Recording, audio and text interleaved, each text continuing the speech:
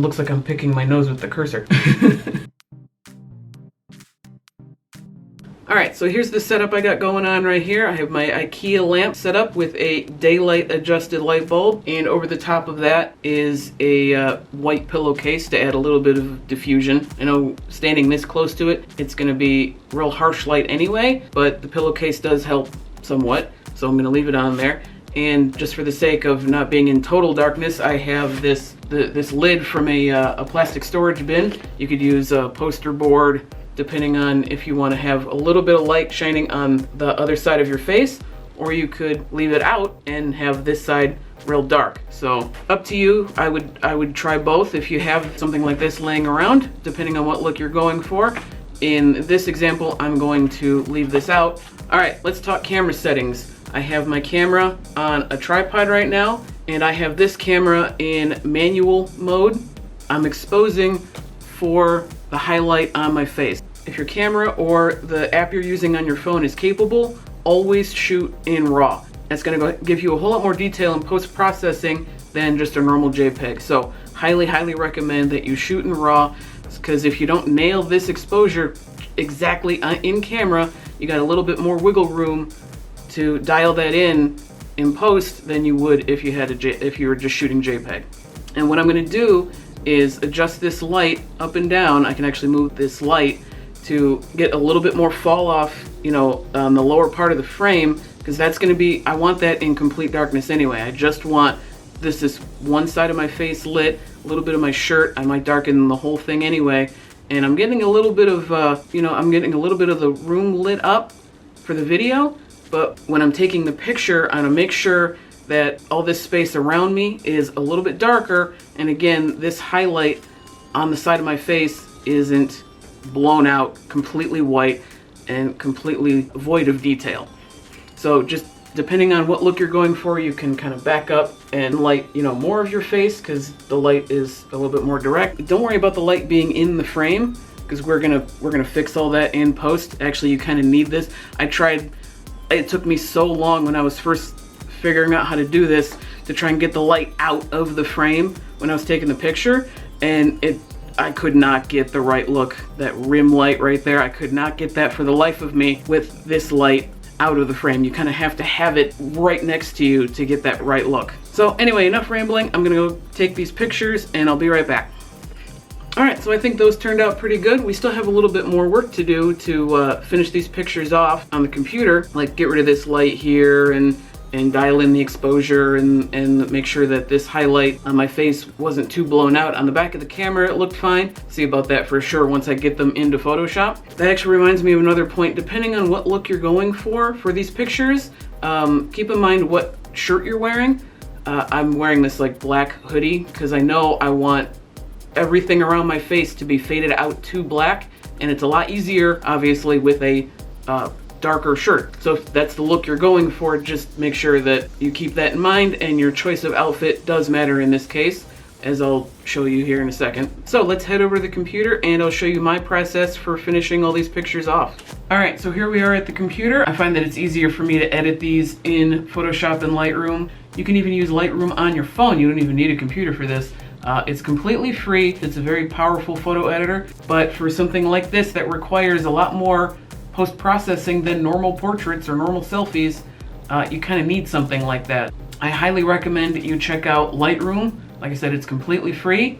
It's what I use to edit almost all of my pictures on my phone and my computer. All right, so let's jump over to the computer and get this started. All right, so here's the pictures that we ended up with. These are my top 3 that I like the most. I think these turned out pretty good. The exposure is pretty much spot on. There is no part of my face or even the highlight on my glasses that is blown out, so there's plenty of detail to work with. So we're just gonna start with, I think I'll start with this one here. First thing we're gonna do is get rid of this light. So I'm gonna open up my healing brush.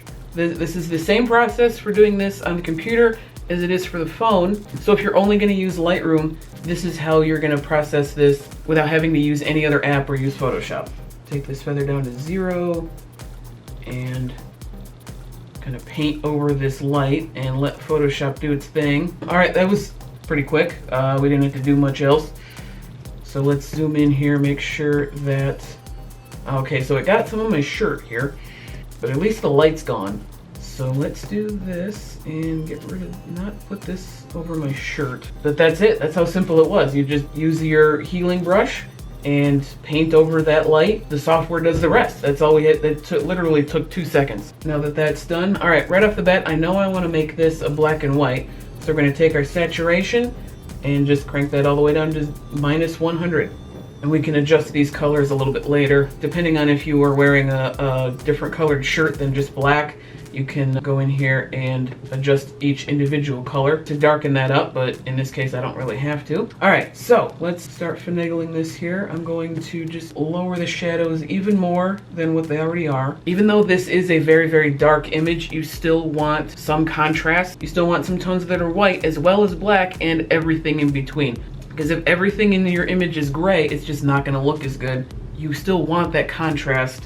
You still want those really bright areas, not overexposed, but you still want them bright. That gives your photo a much more interesting look than just being completely gray and black. So what we're gonna do is raise the white point, maybe lower the blacks a little bit, increase the contrast, not too much. If you go too high or too low, it's really gonna make your image muddy and grainy. Let's go over to the effects, bump up the clarity just a little bit. Vignettes, we're gonna crank this vignette pretty darn high, and that actually took care of a lot of the problems we were having around the edge of the image, like with the lamp that was lighting part of the room, so the vignette will take care of pretty much all of that. Okay, detail. So let's zoom in here. Like I said, this is a raw photo and there is no sharpening applied, so you kind of need to zoom in order to do this. This looks a little bit blurry on the computer. Now, this is a little misleading. Zoomed in this far, it doesn't look like it looks like I'm picking my nose with the cursor. Zoomed in this close, it doesn't look like I focused very well, but if I'm just gonna share this online, you know, the picture's only gonna be, you know, real small size, so the sharpening here we can get away with doing a little bit more than we normally would if we're going to print this picture out, which we're definitely not gonna do, or if you're looking at it at a larger size, you're really gonna notice the sharpness. But like I said, on a smaller screen on your phone, you can get away with applying a little bit more sharpening than you would otherwise. So we're gonna crank this up. If you're using Lightroom CC on your computer, you'll need to hit this little this arrow here, this little drop down menu for more options. So we're going to mask this sharpening here. I'm holding down Option on a Mac or Alt on a PC, and we're going to increase this masking. So I don't want to apply the sharpening to the entire image. It's only going to be applied to the light area, the white areas. If you do something real weird and you have no idea and you just want to undo, you can always just hit reset or double click on the slider on your phone and that resets that back to the default. All right, so now let's crop. And for Instagram, the trend nowadays is to do a 4:5 crop, and I'm going to crop in quite a bit. Put my face on. Now this grid that comes up, if you're not familiar with this, this is the rule of thirds. It basically helps frame your photo so it's more appealing. It's not, everything's not just dead center in the frame, because that just looks real boring. This gives a lot more visual interest. I'm looking over to the right, so I'll put myself on the left side of the frame. There's a little bit too much headroom, so I'm gonna push this up. There we go. All right, perfect. Okay, so zooming in here, you can see part of the image that we cloned out to cover up that light is still kind of showing up here. So next step to get rid of that is the brush tool. Okay, we're going to lower this exposure quite a bit. You can always adjust this after the fact.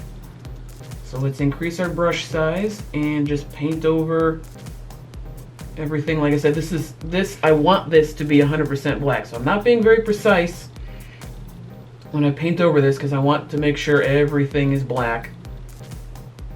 So I'm going to just paint over everything that I know I want in complete darkness. It's probably a little overkill. And we're going to zoom in. Much better. All right. I keep messing with this crop because I'm not quite happy with it. So this is another reason why you want to do this in Lightroom, because you can always go back and undo and change any setting that you want, as opposed to some other apps where when you crop it, that's it, you're done. You lose the rest of that image. In this case, with Lightroom, you can always go back and change things because this is a non-destructive editor. Crop in even tighter. I like that. That looks pretty good. That's it. That's all there is to it. This is definitely a different kind of selfie for anyone that's bored with, normal selfies. This doesn't take up too much time to do. You don't need any real fancy or expensive equipment. All you need is a free app on your phone or your computer, a lamp, and a tripod, and that's it. This is a really easy and a really fun way to take your selfie game to that next level. You don't see selfies like this too often on Instagram. That's why I love to do stuff like this. So that's it. Thank you guys so much for watching. If you have any questions about anything that I show in this video, please let me know. Leave a comment down below, and I'd love to help you guys out. If you decide to try this for yourself, I'd love to see what you guys come up with. If you post anything like this online, go ahead and tag me. I'm at the Brian Moretti on Instagram and Twitter. If you like this video and you want to see more like it, go ahead and click that subscribe button down below. Thank you all so much for watching, and I'll see you next time.